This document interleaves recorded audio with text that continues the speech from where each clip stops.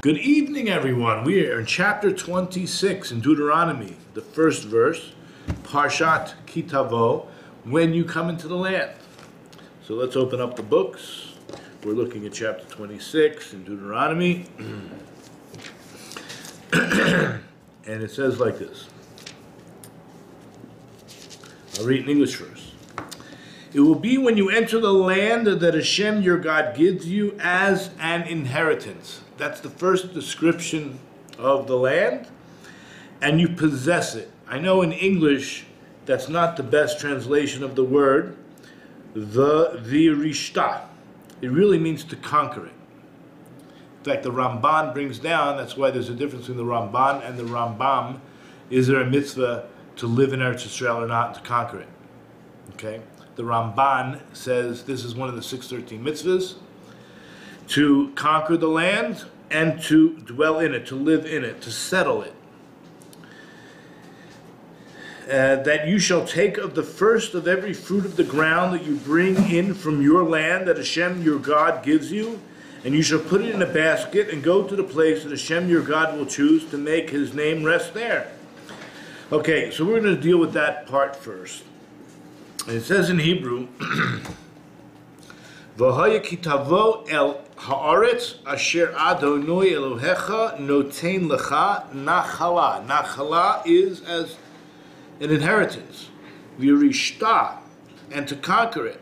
V'yishavta bo, and to settle in it. And then you're supposed to take v'lekachta mereshit. What do you take? The first of all the fruits of the ground. Kol pri adama asher tavi me'artecha, which you're going to bring from your land.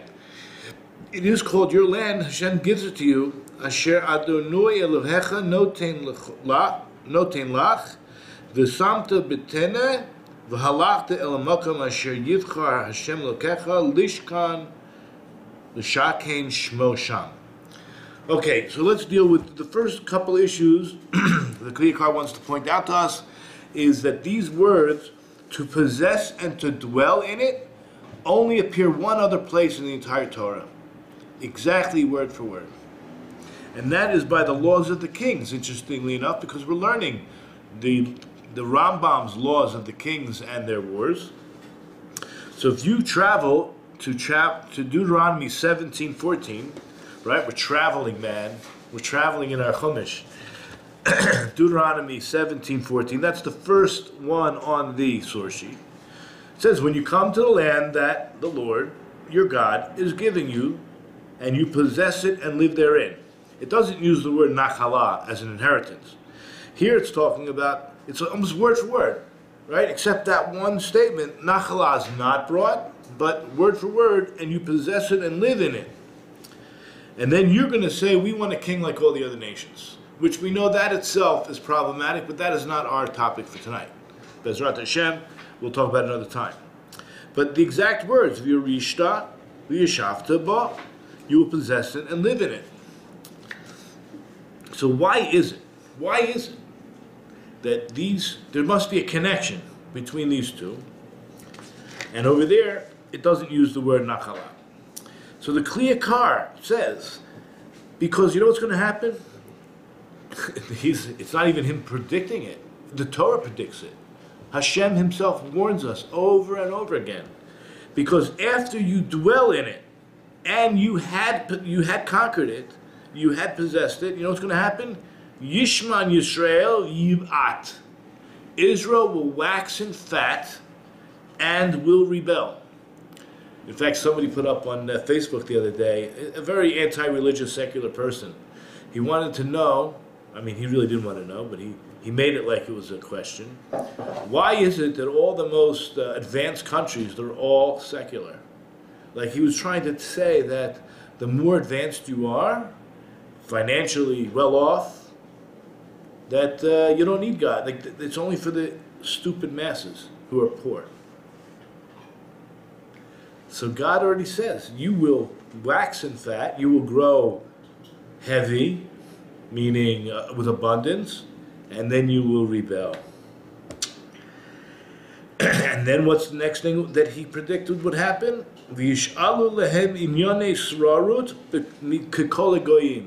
And it's then, you will then request from God the concepts of authority or rulership like all the other nations.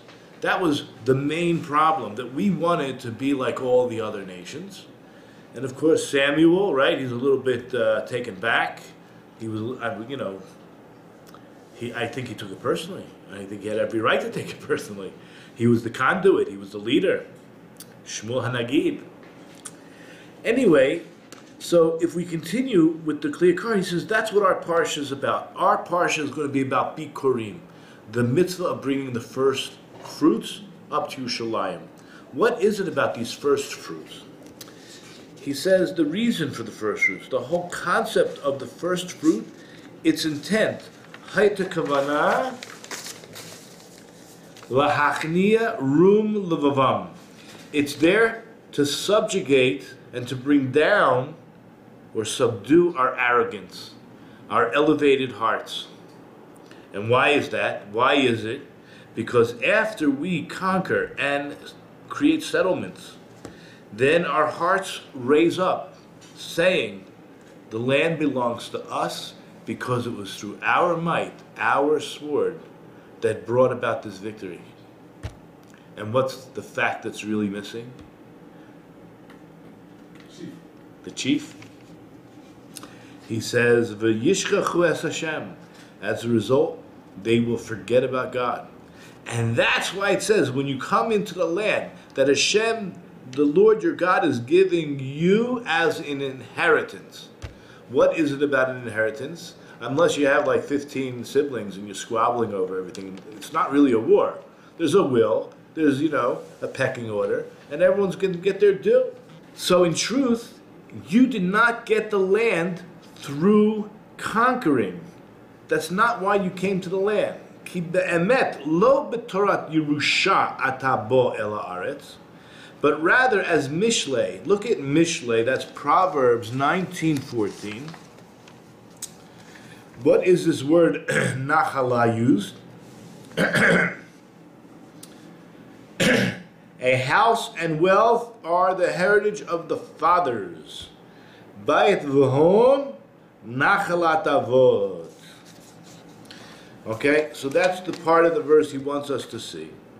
Aval me'Hashem ha'aretz netuna lecha. It's rather from God. This is going to be the most important line of the whole evening, at least in the next 5 minutes. And then we'll have other important lines of the whole evening. It's rather from God himself. The land was given to you as a matana, as a gift. But there are some stipulations.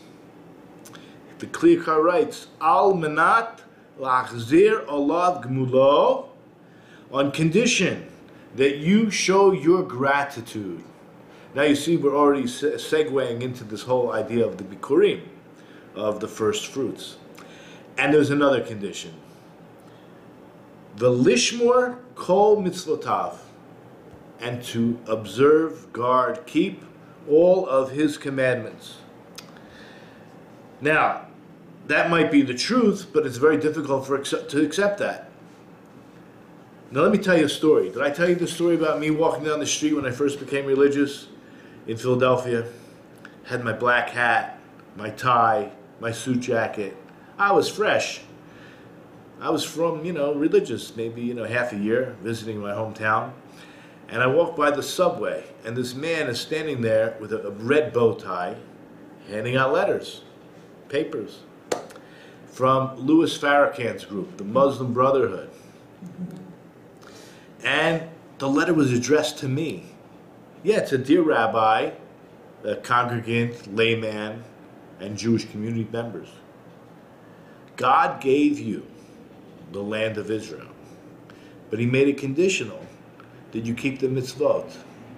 But you failed, and that's why you're not there anymore. We represent the Palestinians who you have, basically it was a letter pro-Palestinian. This is going back, I was from 6 months. I knew God was talking to me. Like you walk down the street and it's like, dear you. How many Jews walk down that street that are religious? No, well, it was near Jewelers Row. It wasn't, that far-fetched. But anyway. I felt God talking to me. And I knew I had made the right decision to become observant in the Torah and the mitzvahs. And look at me now, I'm here in Eretz Yisrael. Okay, so, as it says, so we mentioned it's very difficult to even imagine such a thing, but rather that, what do we think? That we actually took it by force and that it belongs to us. Should chazik bo kiyoresh, that we took it as an occupying force. Ki'ilu hi Yerusha lecha me'avotecha. And then it says the yashavta bo, that you dwell in it, that's also problematic. Like a toshav is a resident, a permanent resident. No, it should be like a temporary resident, like a ger. A ger is a stranger. We are all gerim. We are all strangers. This world does not belong to us. We're just passing through. All the Jews converted at Mount Sinai, and so even though we are made many generations after that, we have to feel and sympathize. It says in the Torah 36 times to love the convert because you were converts, because you were strangers. And then your children won't be strangers. You'll always feel, and you shouldn't, but you'll always feel there's some part of me that is still, from somewhere else, from Texas, from Oregon, and even Jews who are coming from the exile. They also, it's the same thing. I believe there's many halachot that apply to Balei Tshuva that apply to converts, because they do come from a strange background. They weren't brought up religious. So they have to be reached out to and loved. So it says like a toshav. In other words, you're going to settle in it like permanently. And guess what? The next verse that he brings in, if you look in Vayikra 25:23, don't think the land belongs to you. You know what happens every Jubilee year? The land shall not be sold permanently. I need some money. I can sell my land for a lease up until 50 years. Depends on where it falls out on the calendar of the Jubilee. If it's 3 years before the Jubilee, I can only sell it for a smaller price. It's not really selling it. We call it a leasehold. I can lease it out for 3 years. It's going to revert back to my property on Jubilee. And so too, if it was the 49th year before the Jubilee, I can get a bigger price because I'm going to rent it out up to 49 years. But it automatically goes back to my family's inheritance. As we came into the land of Israel, it was divided, and so that's the point here, that it's not yours. What does the verse say? The land shall not be sold permanently, for the land belongs to capital M-E, to me, for you are strangers. And it does say residents, and you notice right away that I didn't put that word in. Everyone understands the word as a temporary resident, because that's all we really are. Ki li haaretz ki geri matem. And that's what the Kli Yakar brings down to get this very important point across. And what is all the point of all this? Kol zeh yeviecha lidei rum. Because if you think that it's you who conquered it, then it brings you to a certain arrogance and haughtiness. Shetishkach et Hashem. The result being you will forget the Lord your God. And and because of this, God says, I commanded you the mitzvah of the first fruits. Now we're finally getting around to what we spoke about earlier. This is the Parsha dealing immediately with the first fruits. And the Rambam actually mentions the reason for this mitzvah. She'ikar tam mitzvah zu, that the prime reason, the prime purpose that this mitzvah does. Remember, what are the mitzvahs there for? To improve our character. All the mitzvahs, somehow or another, the Vilna Gaon says the whole purpose of life in the Torah is to make ourselves better people, better human beings. The Torah is Tikkun Hamidot, which translates as it helps you, assists you, guides you in character development. That's all it is. We create the image of God. He gave us free will, and now what are we going to do with it? Use it to become what? better, not just maybe better, the best human beings we could possibly be.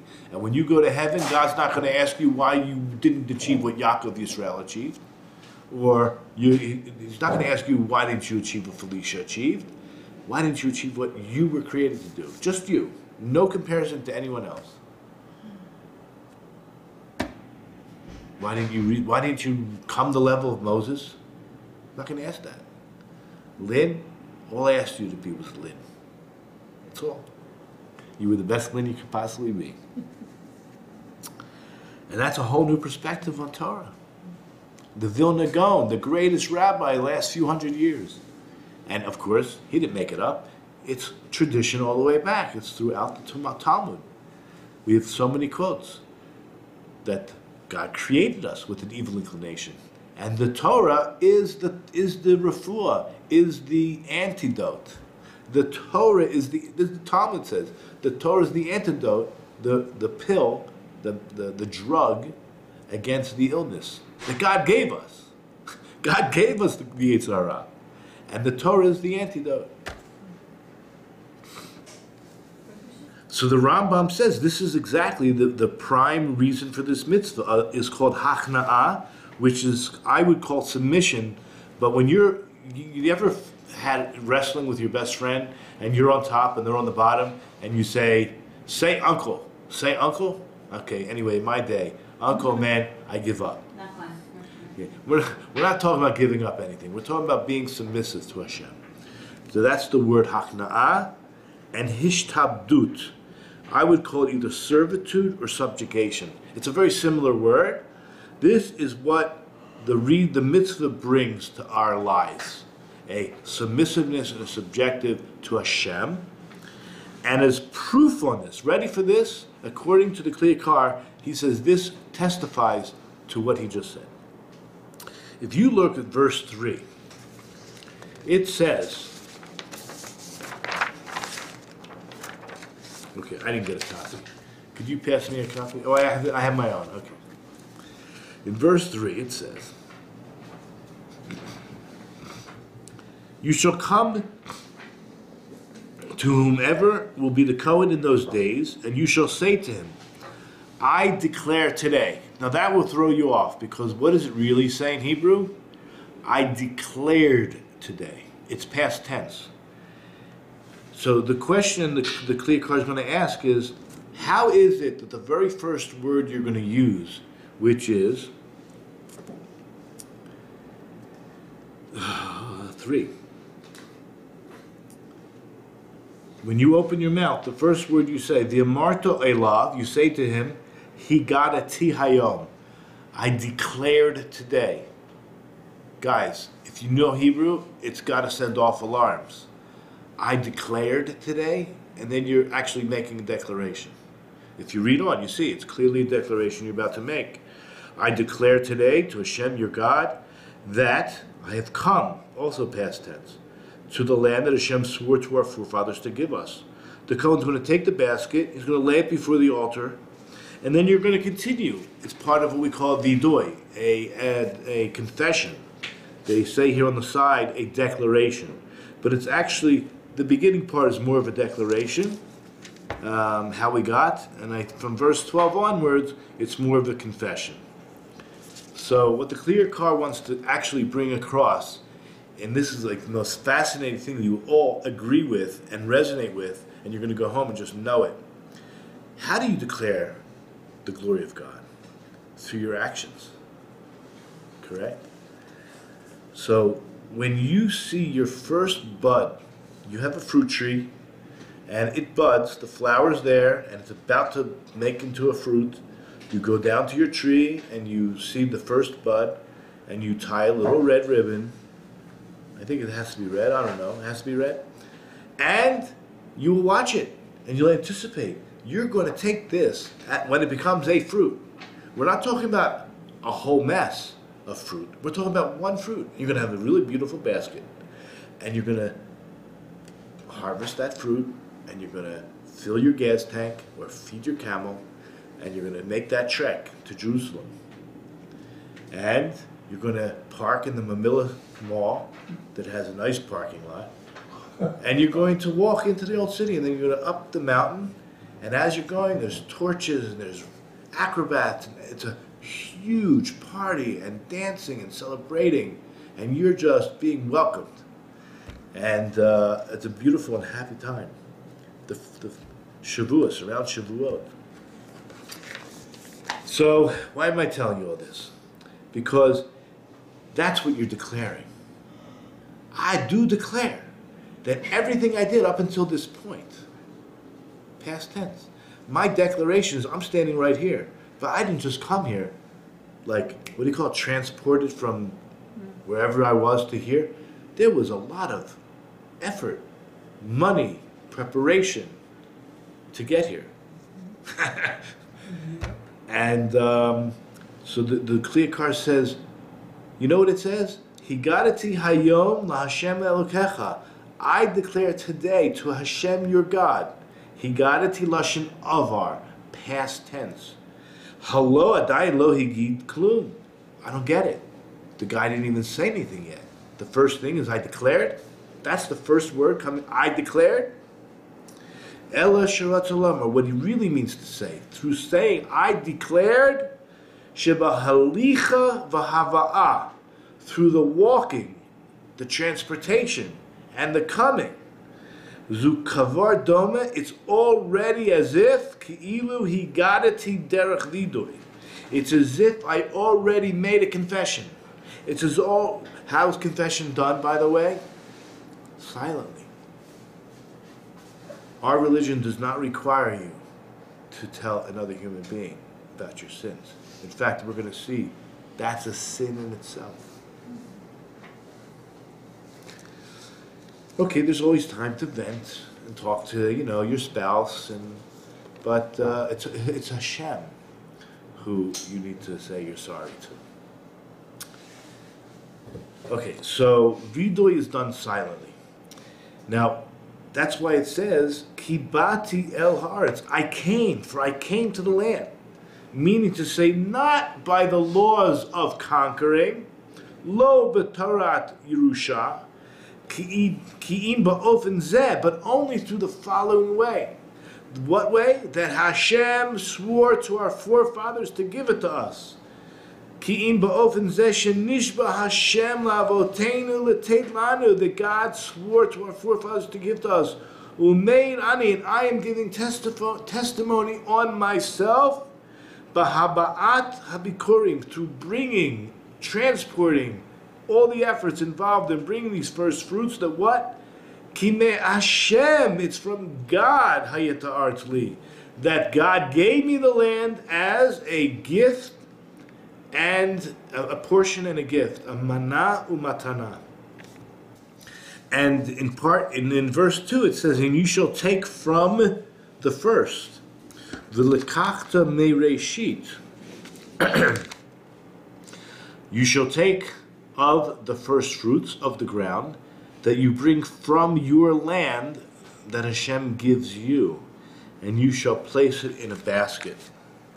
So the verse says like this, V'lekachta meireshit kol pri adama asher tavi mi'artzecha asher Hashem Elokecha noten lach v'samta b'taneh v'halachta el hamakom asher yivchar Hashem Elokecha l'shaked shmo sham. So it's interesting. He wants you to know, it doesn't say, and you shall give from the first. It says, you shall take from the first. To you and me, big deal. But you have to understand, God dictated to Moses to write it very specific. And if you were telling somebody that you're giving something, you're giving from your first fruits. You could also say you're going to take from your fruit. But why specifically take and not give? So he points out that it does say, and remember, he's not making any of this up on his own. He is quoting Chazal, Gemuras, left and right, Medrashim, that word is significant. Why does it say to take and not to give?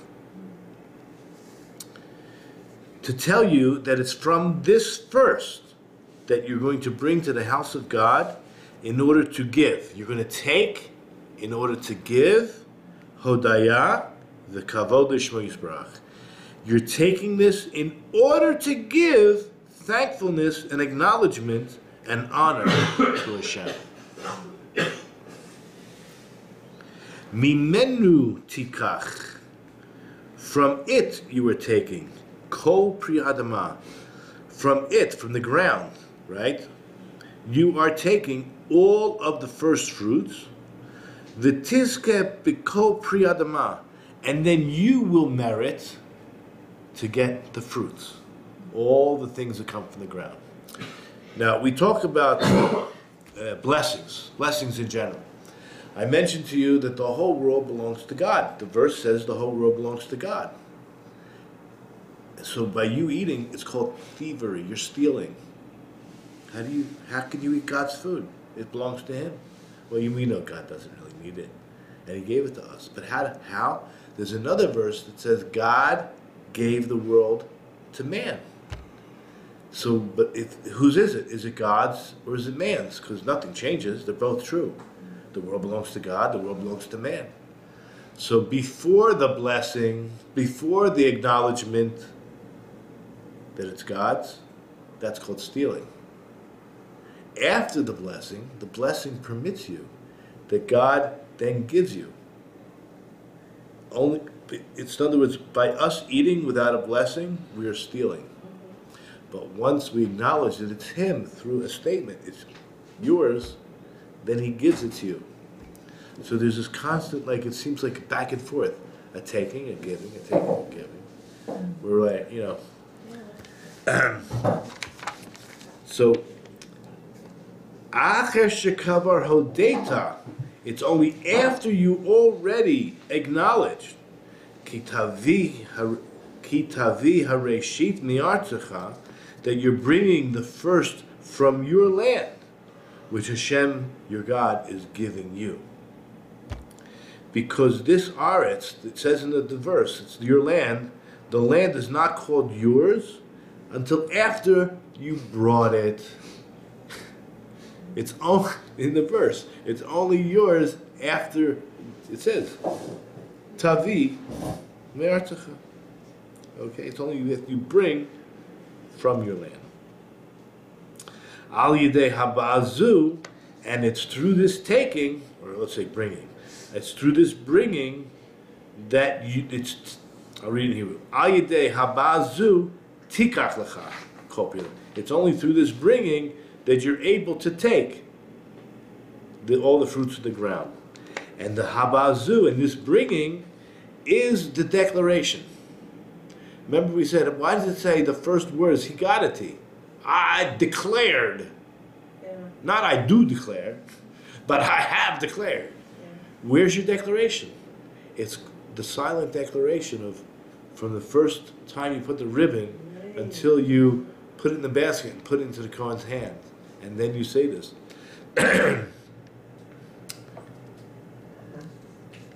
Now the next part, this is verse 3. And you bring it to the Kohen, which will be in those days. Now that's why I printed off another sheet for you, the Ramban. We're not going to read it now, but if you see the Ramban, we're going to look at what he has to say, because Rashi says one thing, the Klikar says another. But the verse says in verse 3, you shall come to whomever will be the Kohen in those days. So, Lefisha Amru Chazal, it says in the Gemara Ketubot, in the 13th chapter, what Elisha, he ate from the first fruits. They were tithes. They were things that were given to Elisha, and he was not a Kohen. He was not a Levi. So, what right did they have to give Elisha these tithes, these first fruits? So the Gemara tells us over there, it's to teach you that anyone that brings gifts to sages, Talmidei Chachamim, the rabbis, the people who sit and learn all day, it's as if they actually offered up. This is an offering. There's no blood involved, by the way, just to stress that. As if they actually offered this first fruit offering.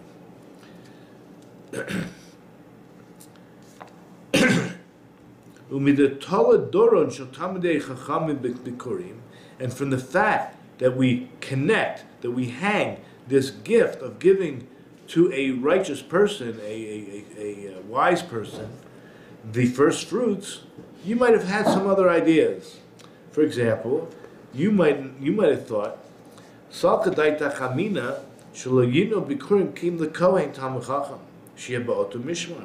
that you might have thought, because I think I described how it works.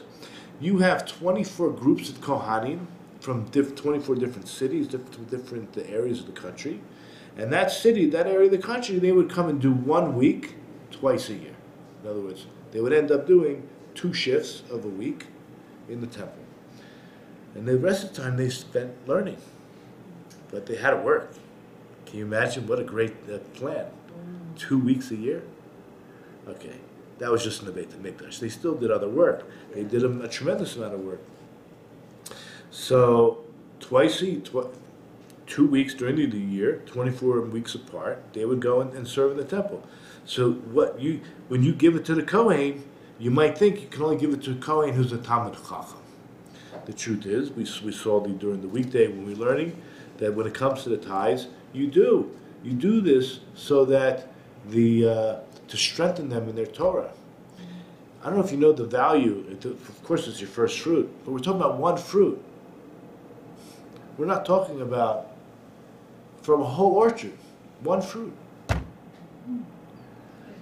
So you might think that you have to give it to the Kohen who's the Talmid Chacham.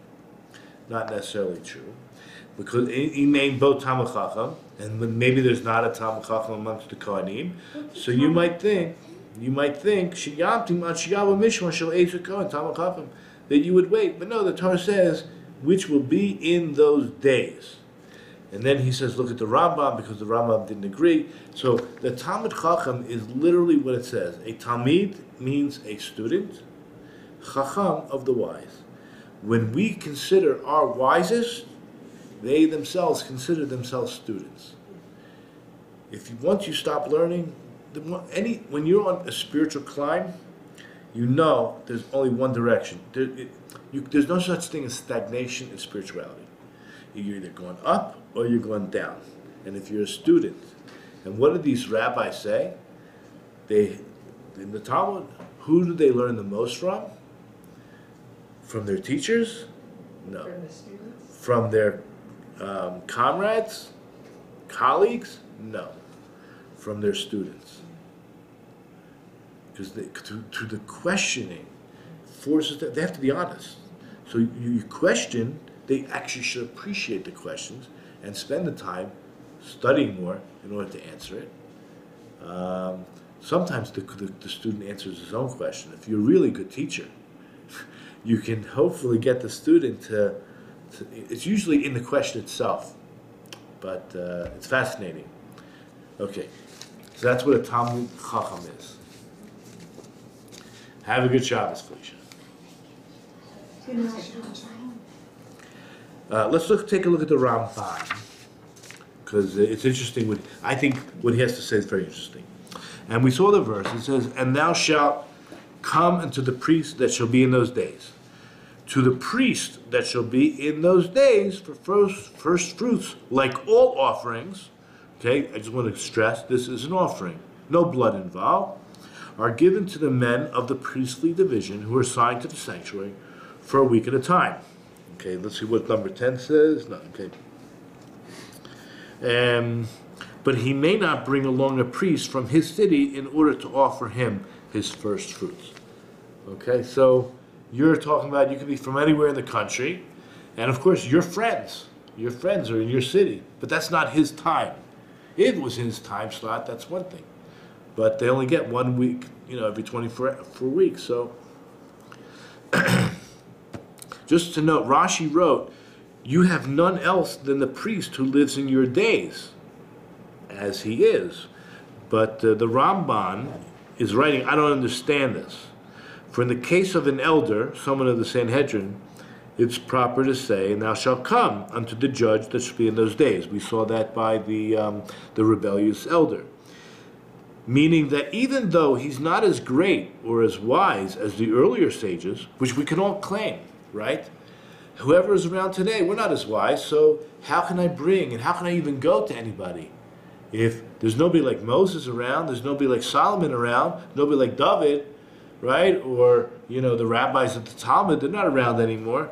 I'm going to ask some rabbi? Listen, it says you should go to any of the priests that will be in those days. That's what God's word says. Even though he's not as great or as wise as the early judges, still he, the elder, is obligated to hearken unto him, whoever he is to go to. That's really the reason I wanted to bring that. You guys can read the rest on your own, but at least you have the source. Okay, let's go back into the text. V'yamarto elav, and you shall say to him, Higadati, I have declared. Already, Bahabazu, already in this bringing, already.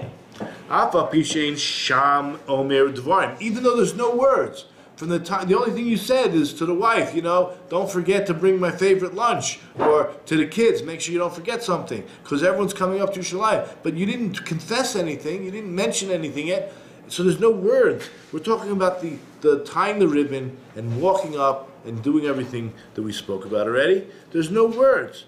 Now look at this verse. You're going to love this verse in Psalms 19, verse, I think it's 2 through 4.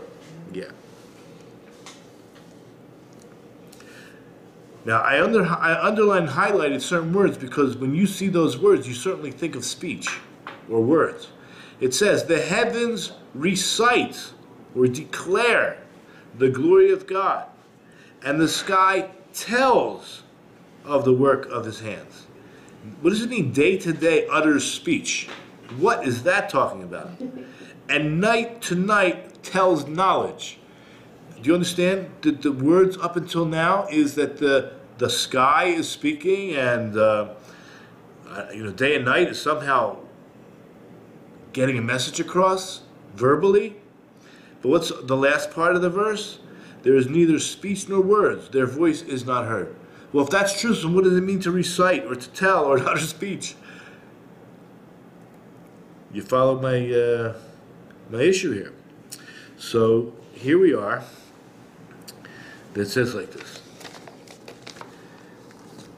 Maybe I should read it in Hebrew because it's so beautiful. Hashamayim misaprim kavod Hashem. That the heavens speak, tell over the story of the glory of God. Umase yodav, and the work of his hands, magida rakia, the heavens declare. That word, magid, is hagadati. Yom liyom yabia omer. Somehow or another, day to day is an expression of something. Words. Laila laila yechavet das. That's a harder one to translate, but he translates it here as tells over. Ein omer ve'ein devarim. There's no saying and there's no words. Bli nishma kolam. There is no voice that is heard.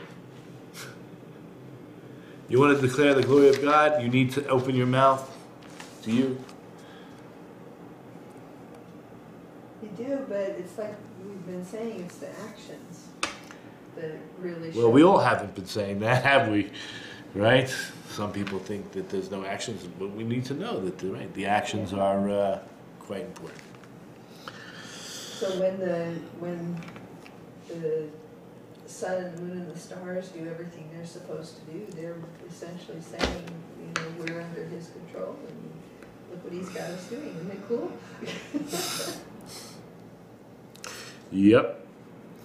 So he says, Kachabazu, so too, the actual transportation, all the movement, getting to that point, is Magida or Me'ida, a lie. It somehow is a declaration and it's a testifying upon me, Kibati al aretz, why I came into the land. Lo bitzidkati, not because of my righteousness. You get it? We say every day how we're sinners and we have such great grandparents, Abraham, Isaac, and Jacob. They were perfect. We don't compare to them. Okay? We did not get this land because we were deserving. And the truth is, even when we left Egypt, we weren't deserving. You know what we got it? Because they were worse. They were worshiping idols. You know? We also were worshiping idols in Egypt. But they were worse. Okay? They were bad. And a few of them are still around. Okay, let's keep going on. It's not because I was righteous. Why am I here? Because God kept His promise. Because it says in our verse, which Hashem swore to whom? Our forefathers. Our forefathers. And this is a very interesting word we're about to discuss. The confession itself atones. The confession itself acts as what we call Mizbeach Kapara. Why is this basket placed next to the altar? It's not burnt on the altar, it's eaten. But it's placed, it's symbolic. It's an offering. God says, put it next to the Kohen is to put it next to the altar. Yeah. It's atonement. It acts as atonement.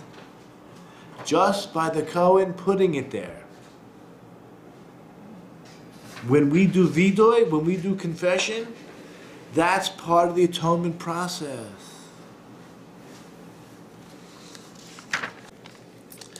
So verse 4 says, and the Kohen, the priest, takes the basket from your hand, and he places it before the altar of God. Is that what it says? The altar of Hashem, your God. Okay, somebody's still on, someone has to mute their camera. Not sure who. Okay, that's better. And verse 4 says, the Kohen shall take the basket from your hand and lay it before the altar of Hashem your God. V'lokach hakohen hatena miyadecha v'hinicho lifnei mizbeach Hashem. Why? Because what he's doing, he's taking, it says that he's removing your sin. The Kohen is removing your sin, and different words, avoncha, avonecha, v'hatosecha, tikupar, in order for atonement to take place. And then you are atoned. That's what the Kliyakar brings down. And you should just know, it's just stressing the idea, this is part of the atonement process, as we mentioned already several times. And then it says, va'anita v'amarta, okay, this is verse 5, you shall call out and say. Now this is what bothers the Kliyakar. We know this is a confession. So why are you calling out? It says, b'kol ram, in a loud voice. Not like vidoy, not like a confession that is done in a secret, in a whisper. Ki chatzifhu, it's very brazen, it's wrong. Someone who specifies, goes into details. So already we're getting an idea. If someone wants to talk about who they used to be and how much they changed without going into details, that to strengthen somebody else in their faith, that's fine.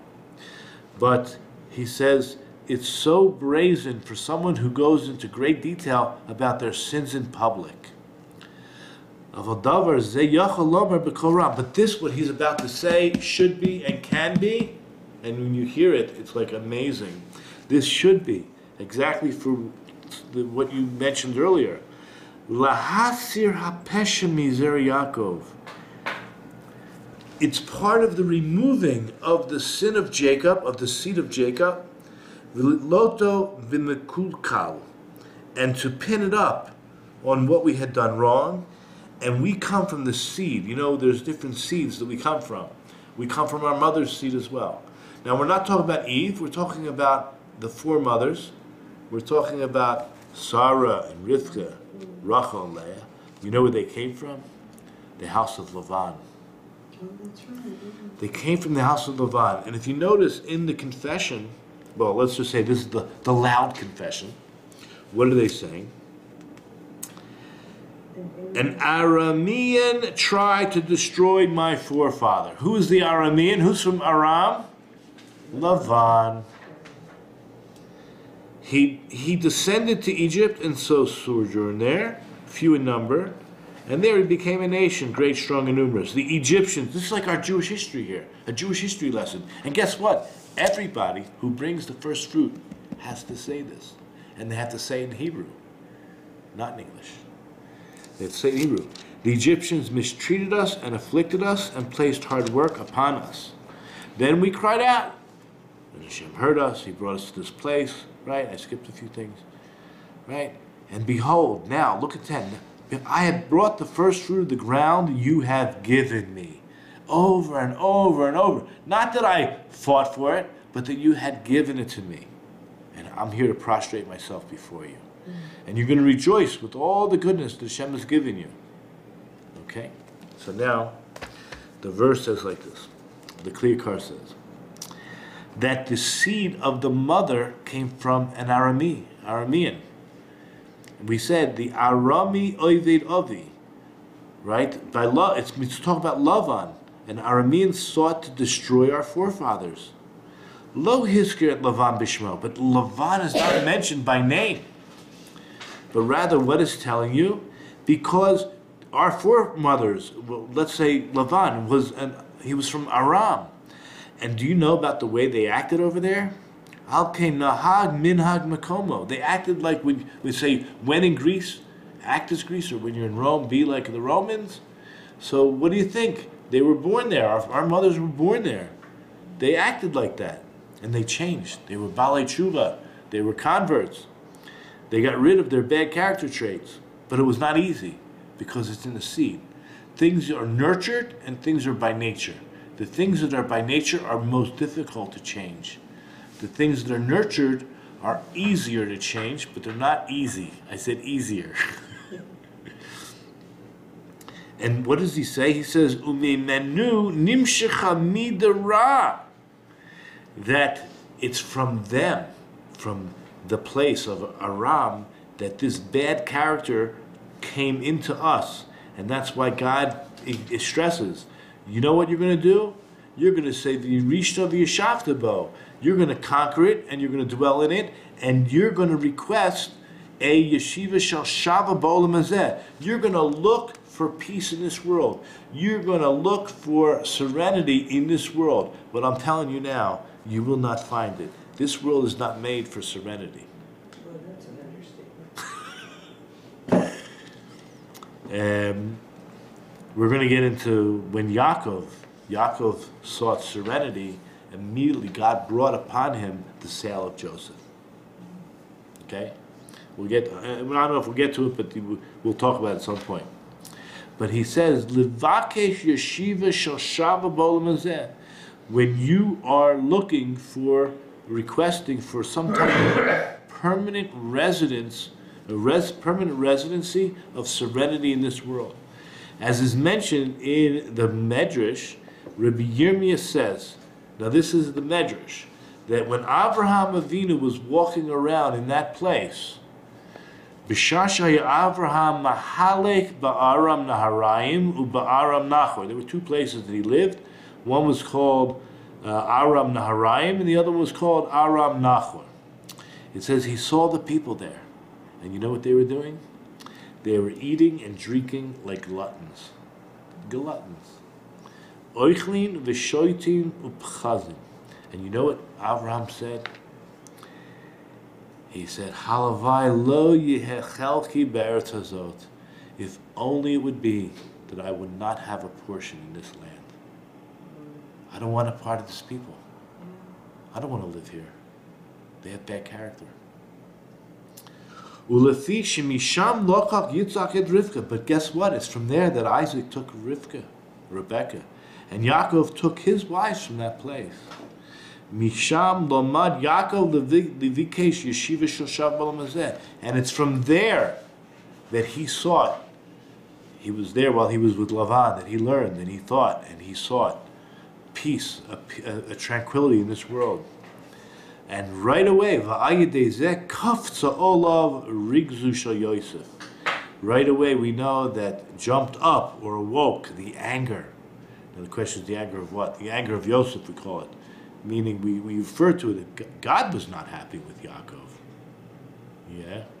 So he brought the sale of Yosef, and because of that we went down to Egypt. Go back to the verse. Just look at the whole history here.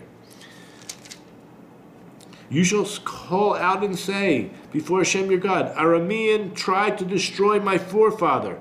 Character. How do you destroy him? Maybe he did want to kill him. But he was trying, that was the goal. Like we talked about all our enemies. Bilam and Balak.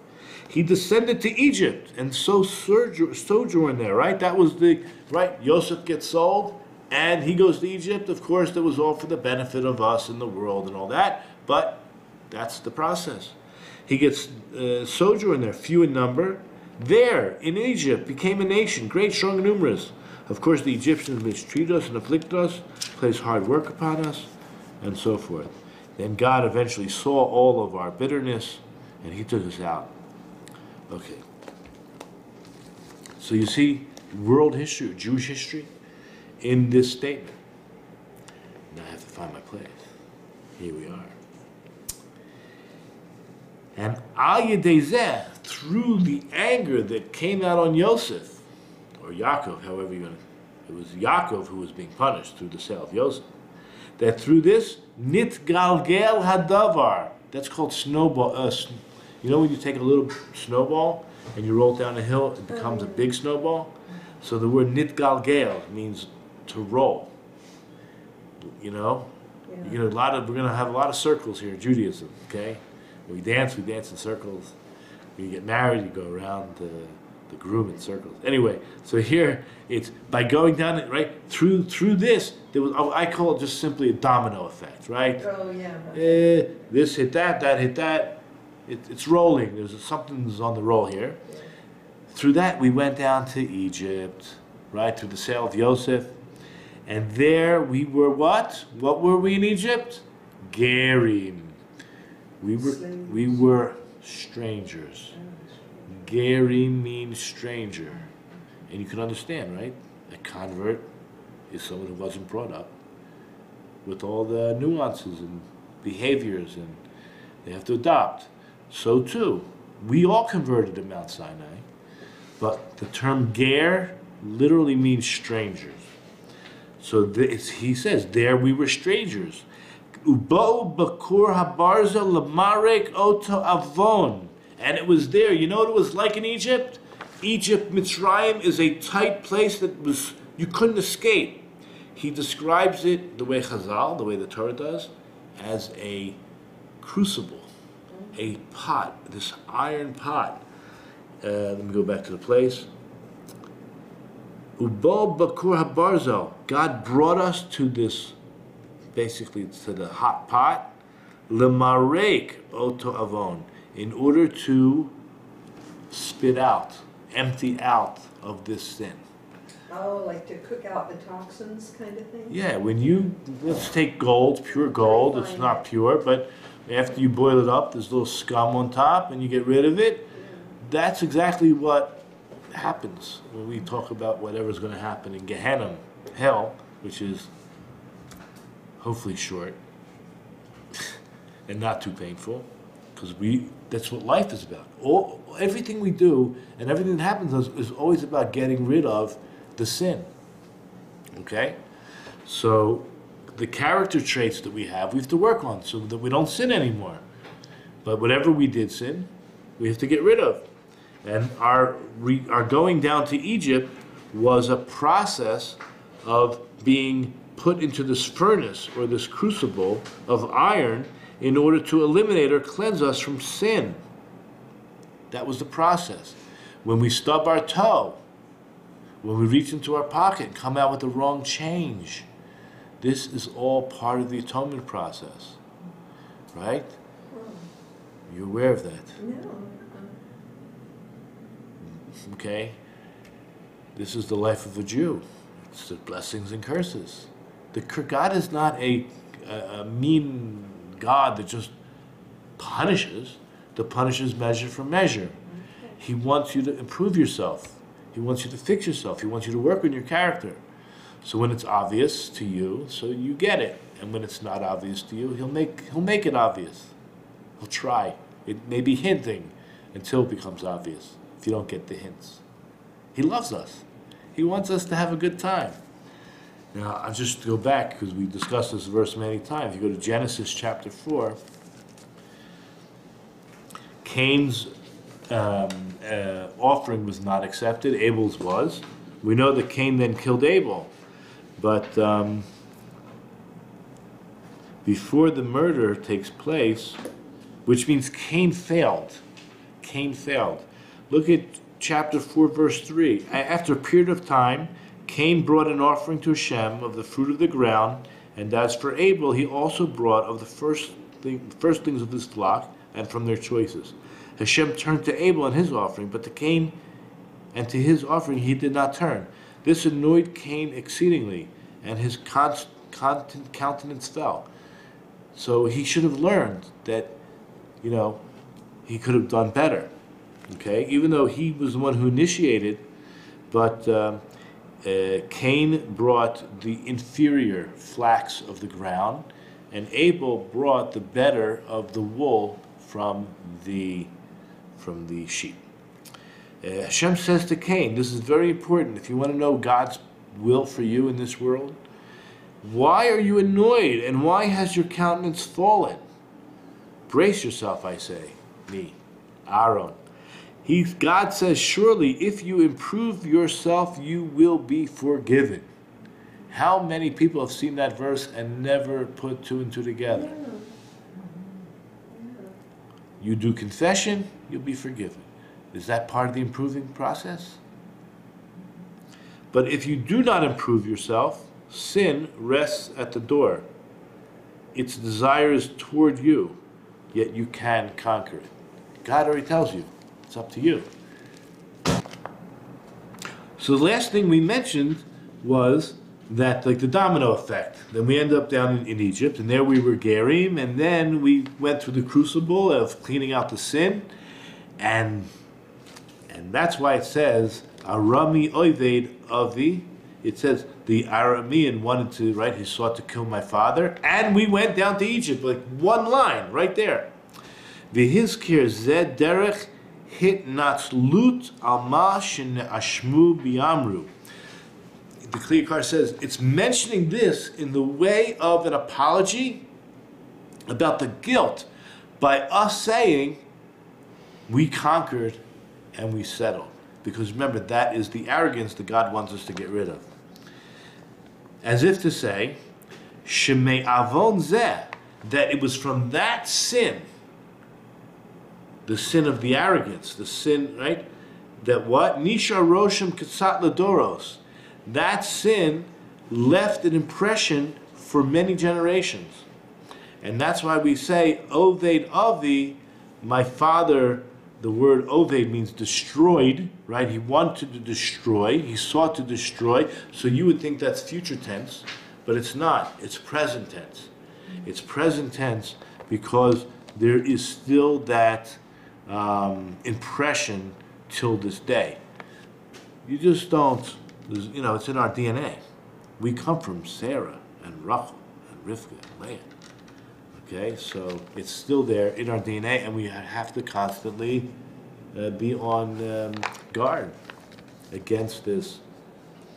Okay, verse 6. V'nitzak el Hashem Elokei Avotenu. And we cried out to God, the God of our forefathers. Verse 6, as I said. I think it's 7. Yeah, that was 7. Then we cried out to Hashem, the God of our forefathers, and Hashem heard our voice and saw our affliction, travail, and our oppression. So in Hebrew, these are a few words that we're going to try to learn a little bit. V'yishma Hashem et kolenu, he heard our voice. V'yar et anyano, he saw our affliction.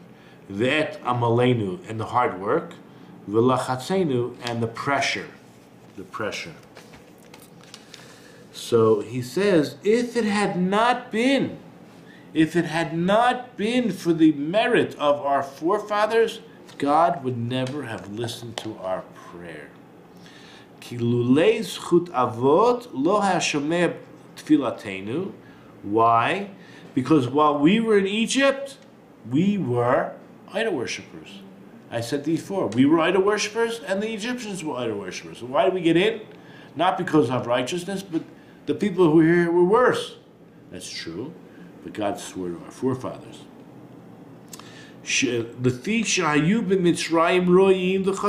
While we were in Egypt, we were not so good. And if you want to look at the source sheet, I think it's number 6, where it says Ezekiel 20, verse 8. Yeah. So yes, it's much later in history, but it describes what happened in Egypt. This is from the prophet. Prophets don't lie. But they rebelled against me with a capital M-E and would not consent to hearken to me. That's already bad enough. And they did not cast away, each person, the despicable idols from before their eyes. Neither did they forsake the idols of Egypt. And of course, and I said to pour out my wrath over them, to give my anger full reign over them in the midst of the land of Egypt. I wish everyone a Shabbat Shalom and a Shana Tovah. May you all be inscribed immediately in the book of life, like all the rest of the tzaddikim out there. Call to.